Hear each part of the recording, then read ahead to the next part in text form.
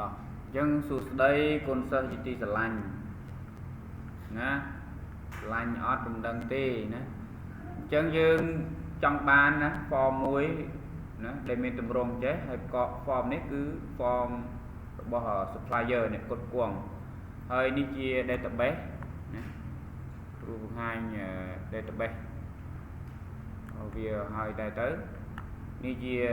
database viết chung nó hơi thiệp bỏ supplier nè mình column bản năng field bản năng hơi dương ai mơ design vậy thì dương ai design ở trâu rừng bảo vệ nè chân field bảo vệ column bảo vệ hay và pattern này bảo vệ này chân dương ai mơ field mơ và pattern này bảo vệ trâu hay dương ai giờ tôi xây code ba này nè chân bên này dương tin tình này máu vì supplier nè cứ dương ai mơ vía nè bên này là dương chơi được supplier nữa cứ tình này product đây supplier nó đó nói cứ ôi vì change mùa thằng này ấy dương chơi được supplier mùi muối ở vị trí tình này nó một hai được non tách bọc rồi control thằng này prom chỉ mùi rụp hiệp này ấy dương trong một thêm mấy bên này dương chơi được thêm mấy nhưng thì dương ai sẽ tình này bàn á sẽ cho tình này máu ấy tình này ní dương rơi máu như đấy dương rơi máu dương quay lại code đây thì dương trong bán lấy tủ sạp dương máu ăn trai hay trắng xin riêng vào má hay dương ai rơi ru nè để dương trong bàn máu mà nhầm đã rụt nâng chó hay cho để xa tục mà ấy cái ok mà bàn này nè trên này này chẳng nhưng ai log win nữa ke ba nơi bán mà dùng ke đã tha keo Vietna chẳng như Vietna chẳng update về máu hộp máu ba đấy ní ke Vietna nhưng trên này nó ke pre nhưng log phía cho cứ về máu log dễ chẳng log rồi ok máu chẳng ke Vietna từ ba này thấy dương chạy chơi nó bản chân code này cứ complete hơi nè chân crew nâng nhờ nghe dương níนี่คือ code ហ្នឹងគ្រូផ្ញើ code នឹងឲ្យយើងក្នុង Telegram អញ្ចឹងTelegram group នេះយើងចូលមកក្នុងនេះណាអញ្ចឹងចំពោះអ្នកដែលអត់ទាន់បានចូលnếuយើងមើលវីដេអូហ្នឹងទៅnếuយើងអាចចូលបានណានេះខ្ញុំឲ្យ QR នេះnếuយើងអាច scan ទៅ scan ចូល group ហ្នឹងទៅហើយយើងចូលមើល topic ឈ្មោះថា C-sharp ណាហើយអ្នកដែលមិនបានចូល channel យើងចូល channel ទៅខ្ញុំមាន channel មួយទៀតនេះយើងចុចលើវាមកឈ្មោះ channel នេះ scan channel មួយដែរទៅអញ្ចឹងយើងអាចធ្វើតាមហ្នឹងទៅណាមើលតាមហ្នឹងខ្ញុំមានព័ត៌មានឲ្យគឺយើងអាចមើលបានឥឡូវខ្ញុំបោះចូលក្នុង C-sharp នេះអញ្ចឹង code សម្រាប់ supplier គឺមានប៉ុណ្ណឹងយើងយកទៅធ្វើទៅណាខ្ញុំនឹងបញ្យល់មួយចំណុចខ្ញុំបោះ file ហ្នឹងឲ្យហើយអ្នកដែលយើងអាច download យកបានណាអញ្ចឹងមុននឹងនេះយើងណាខ្ញុំបង្ហាញអំពីការ design យើងសិនណាថាអានេះគឺស្អីគេអានេះស្អីគេអានេះអីគេណាអានេះធម្មតាទេណាយើងអាចចាត់ចែងខ្លួនឯងបានអ្វីដែលសំខាន់គឺនេះ control ទាំងអស់នេះដែលខ្ញុំនឹងត្រូវនិយាយអញ្ចឹងខ្ញុំបើក property មកណា property មកយើងមើល property មុនអ្វីដែលយើងត្រូវធ្វើលើវាគឺលើហ្នឹងហើយអញ្ចឹង control មួយនេះnếuយើងត្រូវដឹងថាឈ្មោះអីគេ data grid view ណានេះយើងយកមកយកវា tool មក data grid view ក្នុងនេះហើយណាយើងអាចវាយនៅក្នុងនេះ search បានណា data grid view នេះយើងយក data grid view មកគូមកហើយរៀបចំទៅតាមអ្វីដែលយើងមើលឃើញចោះណាអញ្ចឹងយកវាមកគូមកបានហើយអញ្ចឹងខ្ញុំគូរួចខ្ញុំអត់គូទៀតទេណាអញ្ចឹងអានេះគឺ text box ណានេះ text box នេះ text box ដែរនេះ text box ដែរអានេះ combo box នេះ combo box text box text box text box ទៅស្គាល់ហើយនេះ label អ្វីដែលយើងឃើញអក្សរនេះគឺ label ហើយនៅលើ text box និង label នេះខ្ញុំដាក់វានៅលើ panel នេះយក panel មកគូណាខ្ញុំយក panel មកគូហើយនេះគឺប៊ូតុងណា icon button តែយើងប្រើ button ធម្មតាក៏បានដែរណាប្រើប៊ូតុងធម្មតាក៏បានដែរមិនបាច់ប្រើ icon ក៏បានដែរនេះយក button នេះក៏បានដែរ แต่ยมប្រើ icon បន្ថែមណាដើម្បីដាក់រូបបើស្អាតតិចហ្នឹងមានបញ្ហាទេណាអញ្ចឹងអានេះគឺ picture box ណា picture box ក្រោយពីយើងគូហើយយើងរៀបចំរួចហើយដំណាក់កាលទី2គឺដាក់ឈ្មោះដាក់ឈ្មោះណាមុនក៏បានដែរតែដាក់តាមលំដាប់ដោយមកខ្ញុំដាក់ឈ្មោះនេះអីគេនេះ TT ID នេះ TT name TT contact ណា SIBO combo box ដាក់ SIBO ពីមុខ SIBO country ណា SIBO city ណា TT postcode ណាអានេះ TT phone TT address អានេះអាចទាញវែងស្មើនឹងតិចស្អាតក៏បានដែរអីទេតែយើងតែអញ្ចឹងការដាក់ឈ្មោះនេះ field ទាំងអស់នេះគឺត្រូវតែប្រកាសថាឲ្យវាមកត្រូវគ្នាជាមួយនឹងនេះណាដាក់ឈ្មោះដូចនេះក៏បានយើងដាក់ឈ្មោះចំណាំខ្លួនឯង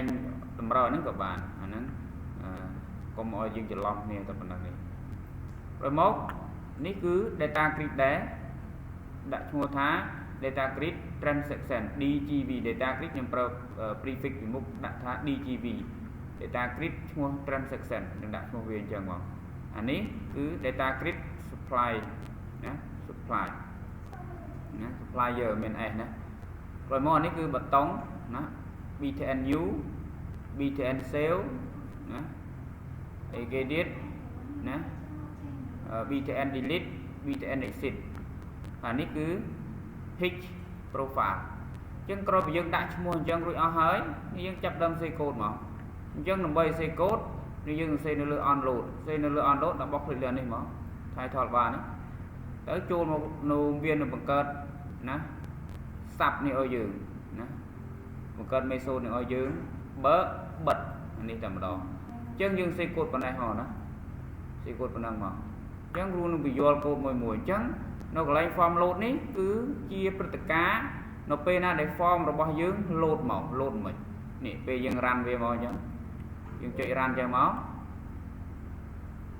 នេះ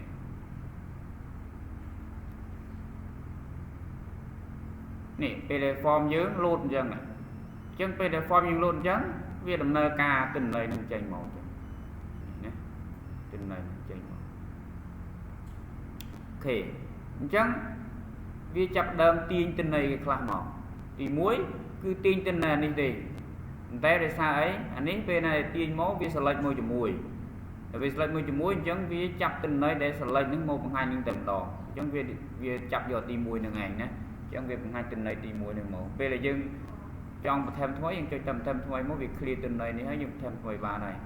ណាហ្នឹងគឺជាគោលបំណងដែលយើងចង់បានអញ្ចឹងណាអូខេហ្នឹង form load អញ្ចឹងអាទិន្នន័យដែលវាបង្ហាញគឺយើងសរសេរ SQL នេះ SQL select នេះអញ្ចឹងយើងរៀនភាសា SQL ណាអញ្ចឹងការ select វាមានរបៀបអញ្ចឹង select ចេះមកហើយយើងអាច test វាមុននៅក្នុង SQL server បាននេះក្នុង SQL server នេះយើងចូលមកចេះមក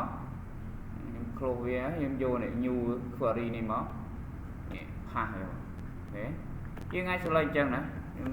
នេះវាមកខ្ញុំ execute មកនេះគឺវាខុសអីដោយសារអីខ្ញុំត string នេះដោយសារយើងត string វាខុសគ្នាបន្តិចណាតែ SQL ដូចតែគ្នាទេគ្រាន់ណាដូចយើងសរសេរនៅក្នុងនោះវាមានការត string តអីខ្លះនេះណាអញ្ចឹងយើងត្រូវយល់អំពីភាសា SQL ដែរណាមើលគេនេះទាញចេញចេះមកអញ្ចឹងយើងបានអានឹងឯងដែលយើងយកទៅបង្ហាញហ្នឹងអញ្ចឹងក្រោយពីយើងទាញបានហើយណាយើងយកវាទៅបង្ហាញនៅក្នុង data grid ដោយតាមរយៈ function មួយនេះអញ្ចឹងតាមរយៈ method មួយនេះហើយ method មួយនេះខ្ញុំបានទុកវានៅក្នុង class នៅក្នុងអានេះ class នេះអញ្ចឹងយើងអាចចុច control ឲ្យជាប់ចូលទៅមើល class ហ្នឹងខ្ញុំបាន copy ឲ្យហើយនេះយើងសរសេរ class ហ្នឹងឃើញទេហើយ class ហ្នឹងមាន parameter method ហ្នឹងគឺមាន parameter នេះអានេះគឺជា method មួយដែលនៅក្នុង class ដែលយើងបង្កើតនេះ class ឈ្មោះនេះណា class ឈ្មោះ CLS DB helper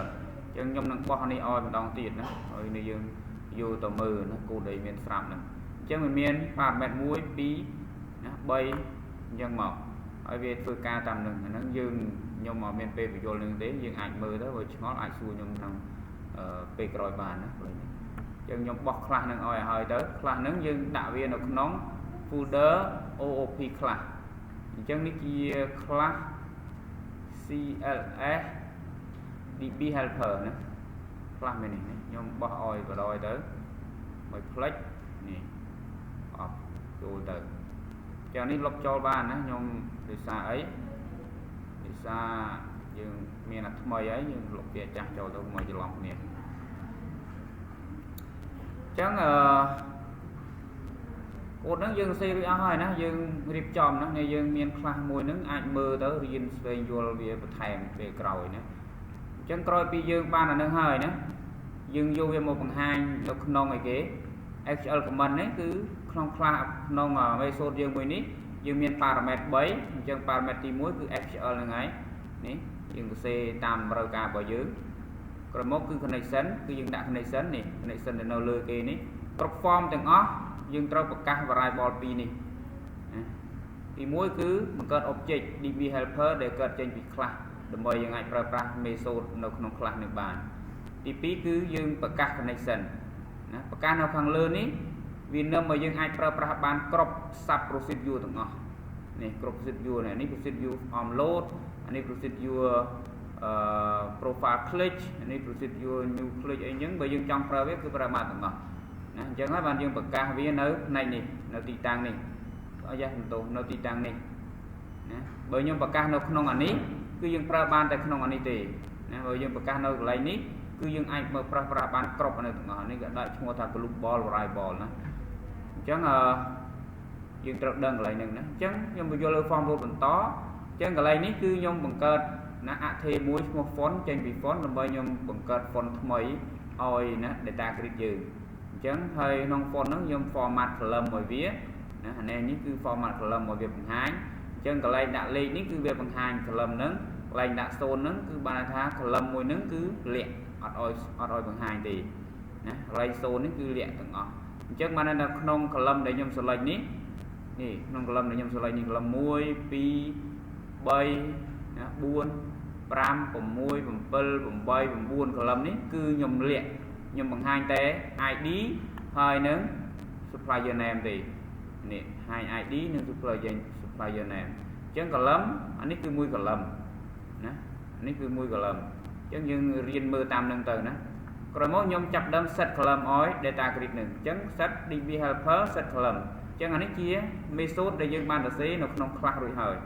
ណាដូចគ្នានឹងអានេះដែរណា method សរសេរនៅនឹងហើយយើងអាចទៅមើលបានអញ្ចឹងយើង set column នេះឲ្យអាណាគឺឲ្យ DGV supplier គឺឲ្យ data grid មួយនេះ data grid មួយនេះណាអញ្ចឹងហើយ column width នេះ column width របស់យើងនេះឯង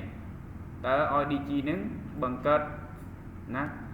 column ប្រមាណតាមជាក់ស្ដែងគឺវាបង្កើត column ទាំងអស់8ប៉ុន្តែវាបង្ហាញ column តែ2ទេគឺ ID ហើយនិង name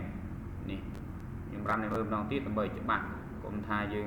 អត់ច្បាស់វាណានេះឃើញទេបង្ហាញតែ ID ហើយនិង name ទេណាយើងអាចមើលឡើងនឹងបង្ហាញ ID និង name អញ្ចឹងក្រោយមកទៀតធ្វើអីគឺ DG supplier នេះយើងឲ្យណា allow user add row នឹង false បានណាយើងអត់ឲ្យ add theme ទេឥឡូវយើងមើលខ្ញុំបិទអានេះពេលណាដែលយើងអត់ដាក់យើងដាក់ false បានន័យថាម៉េចយើងដាក់ true បានន័យថាម៉េចនេះណាពេលណាយើងដាក់ខ្ញុំអត់ដាក់ false គឺវា true គឺវាមានអានេះមួយទៀតនេះអញ្ចឹងយើងអត់ចង់ឲ្យបង្ហាញនេះទេតែយើងបង្ហាញនេះគឺបានថាយើងអាចសរសេរបញ្ចូលបានឬវាអត់ទំនោរអញ្ចឹងយើងបិទវាកុំឲ្យវាបង្ហាញបិទអញ្ចឹងដូចអត់ឃើញអញ្ចឹងណាអញ្ចឹងខ្ញុំដាក់វាឲ្យ false ទៅណាវា default គឺ true ណាក្រោយមក read only ណាឲ្យបានតែអានទេ cell នីមួយៗយើងដាក់ true ហើយ scroll bar ឲ្យវាបង្ហាញទាំងពីរអញ្ចឹងខ្ញុំបិទមកណាខ្ញុំអាចបិទនឹងបានអញ្ចឹងយើងមើលអានេះវាមាន scroll វាណាប៉ុន្តែយើងអត់ពេញលេញអញ្ចឹងវាអត់បង្ហាញទេបើយើងដល់នេះវាមាន scroll កន្លែងនេះបើយើងពេញអញ្ចឹង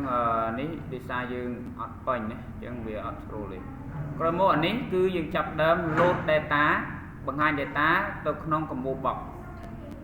ណានេះ combo box 2នេះ combo box ឈ្មោះអី Cebu City និង Cebu Country អញ្ចឹងយើង select XL កន្លែងនេះគឺយើង select ទិន្នន័យដែលត្រូវបង្ហាញក្នុង combo box ហើយអានេះគឺ ID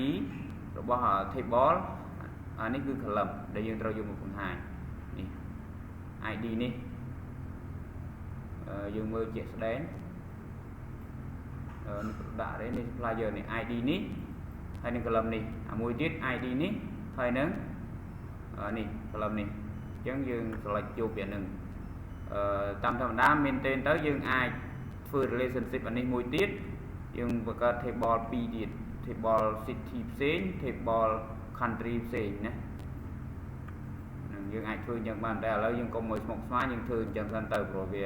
រនជាការសាកល្បងធ្វើទេគឺមែនទេយើងធ្វើផ្សេងទៀតអញ្ចឹងលើ form load ខ្ញុំបញ្យល់នឹងប៉ុណ្ណឹងណាយើងស្វែងយល់អញ្ចឹង statement មួយនេះនៅលើ profile double click profile របស់ click គឺបានថាពេលណាដែលយើង run ទៅយើង double click ដល់នេះណា start មករួចមើលនេះខ្ញុំ clear មកតែពេលខ្ញុំ double click លើ profile រូបនេះក៏ click មកនេះវាអាចឲ្យយើងរើសបានរើសរូបនេះឃើញទេពេលខ្ញុំ cancel វាចាប់ខ្ញុំដែរពេលខ្ញុំរើសវីដេអូអញ្ចឹងអាហ្នឹងគឺ profile double click នៅក្នុងកូដនេះណាកូដនេះអញ្ចឹងពេលណាយើងយកកូដនេះទៅដាក់យើងផាសកូដនេះហើយប៉ុណ្ណេះត្រូវចាំបើបិទណាហើយ try នេះយើងដាក់ដើម្បីចាប់ error ពេលណាដែលមាន error នៅក្នុងនេះកើតឡើងគឺវាអត់ terminate project យើងទាំងមូលទេវានឹងចាប់ error នឹងបានវាបង្ហាញជាសារយើងដឹងថាយើង error ដោយសារមូលហេតុអីអញ្ចឹងហើយយើងប្រើ try catch ណាអានឹង error exception ណាយើងរៀនហើយយើងមានក្នុងសភៅយើងមើលខ្លះទៅមួយទៀតគឺ sub procedure method ហ្នឹងរបស់ប៊ូតុង new click នេះ new click យើង copy វាដាក់មកម្ដុំហ្នឹងខ្ញុំឲ្យយើង copy ដាក់ណានេះមួយ set នេះ copy មកដាក់នេះមកពេលដែលយើង copy មួយនេះដាក់អស់ហើយនេះគឺសម្រាប់លុបណាលុប record ណាអានេះសម្រាប់បិទ form ណាអានេះសម្រាប់ show អីគេ supplier ពេលដែលយើង select នេះកូដរបស់វានេះពេលណាដែលយើងចុចលើ supplier នេះយើងចុចផ្នែកខាងនេះវាបង្ហាញខាងនេះគឺកូដនឹងឯងណាកូដដែលគ្រូសេនេះឯងនេះយើងមើលបន្ថែមទៅណាrồiមកអានេះគឺ show transaction supplier អញ្ចឹងបានន័យថាពេលណាយើងចុចអានេះវាមកបង្ហាញនៅកន្លែងនេះណាមិញគឺយើងចុចអាមួយលើហ្នឹងគឺចុចអានេះវាបង្ហាញមកលើនេះណាបង្ហាញព័ត៌មានលើនេះដល់មួយទៀតគឺចុចអានេះវាបង្ហាញ product លើនេះអញ្ចឹងកូដគឺមាន2នឹងឯងណាបែងចែកអញ្ចឹងវាសេណាកូដនេះគឺយកទៅហៅក្នុងនេះណានេះខ្ញុំលុបនេះចោលព្រោះនេះមួយទៀតទេនេះកូដនេះគឺហៅក្នុងនេះ show transaction convert to end អញ្ចឹងចាប់ cell មកបានវាចាប់ ID នេះចាប់ ID របស់ supplier យកមកបង្ហាញអញ្ចឹងពេលចាប់ ID បានវាបោះ ID នោះមកនេះអញ្ចឹងយក ID នេះយកមកធ្វើការ select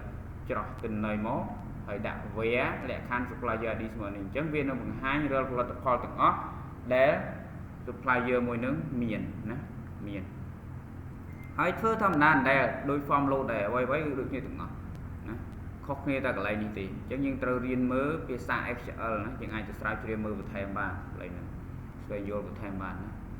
ខេអញ្ចឹងកូដទាំងអស់ហ្នឹងខ្ញុំបញ្យល់ឲ្យហើយបានន័យថាយើងបញ្ចូលកូដទាំងអស់ពេលដែលអ្វីដែលខ្ញុំឲ្យនេះ supplier នេះ file supplier ដែលគ្រូឲ្យនេះយើងទៅបើកវាជាមួយនឹង editor ណាមួយឧមាថាយើងមាន node page យើងបើកមួយ node page កុំបើកជាមួយនឹង file ដែលយើងប្រើនឹងប្រយ័ត្នយើងច្រឡំទៅបលវេយើងបើកជាមួយ editor ណាមួយដែលយើងមានមកយើងអាចទៅឡើង node page plus នឹងក៏បានដែរណាឬក៏យើងបើកជាមួយនឹង Visual Studio Code នេះបើកជាមួយនឹង VS Code នេះបានណាខ្ញុំបើកមួយ node page plus មកស្រួលអញ្ចឹងយើងអាចមើលវានេះ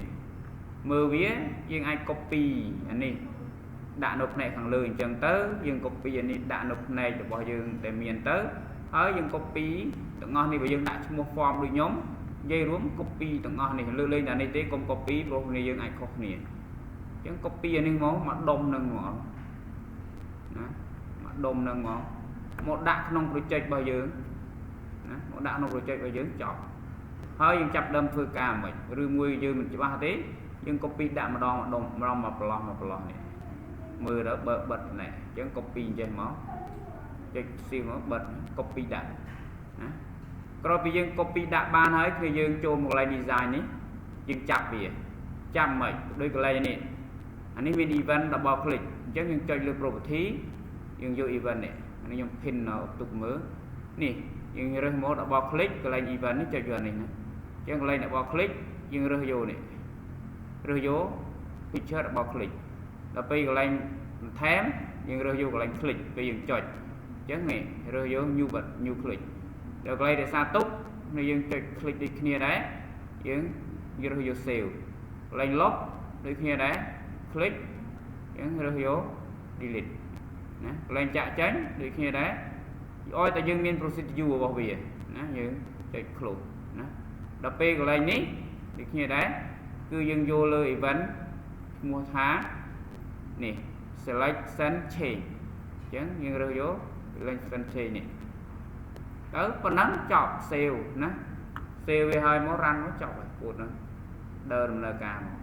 bên này là dương miền error dương trật đằng nó ta error ấy khác về là dương cu nè ai đặt một kho ấy chẳng máu chẳng error phải chán thì ngọc ma tháng dương trong mực lại error để xa cợt là quốc như dự ý mùi cứ error từ lối chung control này ngọc ma ta có bộ bọ và dương chung c này dương đặt chung c mà đặt là city vậy tới vì chơi như cái trên một tờ kho ban nay dương kho chân khó ban nay dương một mơ control vào dương cana prasibo bị mụn trắng về dương đã chúa ban nay nó chỉ chúa control chứ nhưng tôi dần nam luôn này này tôi đằng nữa ở mùi tiết cứ nè đây là kho này control này t ne vậy này ơi t btn này nhưng kho chúa nó dương ke tầm đâu bỏ dương từ chọn amen ấy thì nó tập vấn năng cái lấy ní cứ dương sẽ xa lại khan thà bờ sân thì dương ban cho update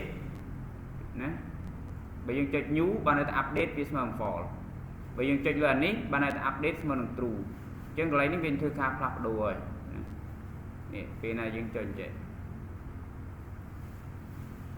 bây giờ chơi chạy ban này ta update smart true chứ bật tông ní bị chơi bị thà kẹp prè bây giờ dương kẹp prè này nè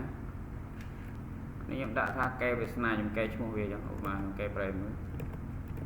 kéo vía về này chúng ta thao về này chúng kẹp prè chẳng máu để này kẹp về này chẳng này chẳng rất đơn lại nữa bên này để chúng chơi mình thêm mấy anh ấy ở trên update thế vì trên thì xa tục hơi bật tông lọc ní ở ai chơi bàn thì bởi nhưng chơi như đong tiết anh ấy trên cái pré và tông lọc ní nhưng chơi bàn nó cứ dương rất đơn lại nữa thế chẳng đôi miền ấy tiết nó cứ gần là check tham bờ sân chi update thì update đi mà đừng fall cứ chỗ lại ní cứ dương thưa cá bên chỗ tình này xèo bởi dương update đi mà đừng trú bởi mình fall ban là true boolean chẳng bật trú cứ ban này thay dương trong thưa cả update chẳng được bởi update cái xe việc này ní cứ rc tục sạch chân tầm đó America cái pre thì dương cái sum rule tam này thế chẳng video nó nhom dây và nâng cho người dân ai sẽ xàm thém miền chụp ngọt lại ná ai xua nhom nó và dương quy xe code tầng strong nhom mình phơi trắng quy xe code tầng strong dương trên IP về du bởi phơi này bàn rồi dương typing code dương phòng chứ những ai vô về tao sẽ xa mình thèm bởi phơi bởi xem điện delete ní đeo đây nè bây giờ trong thêm cho mua thêm bọt xính nhưng cần là how function này nhầm xây hay sạch như máu đặt mua thêm ball hỏi đặt mua ID vào thêm ball năng máu đó bạn được supplier đặt mua thêm ball supplier hỏi đặt mua ID vào supplier máu sạch rồi nè ID supplier hay mua thêm ball supplier mua thêm ball ê chẳng nhưng phần năng chó nông ca nghe mình đi chừng nhưng nó sau bên tích nhom nâng phơi ca design tệ tôn cho môi nâng product hơi nâng ca bên chia tình nhưng ai cho xe code ở lâu nâng bàn đấy tại dương phơi form về hơi sân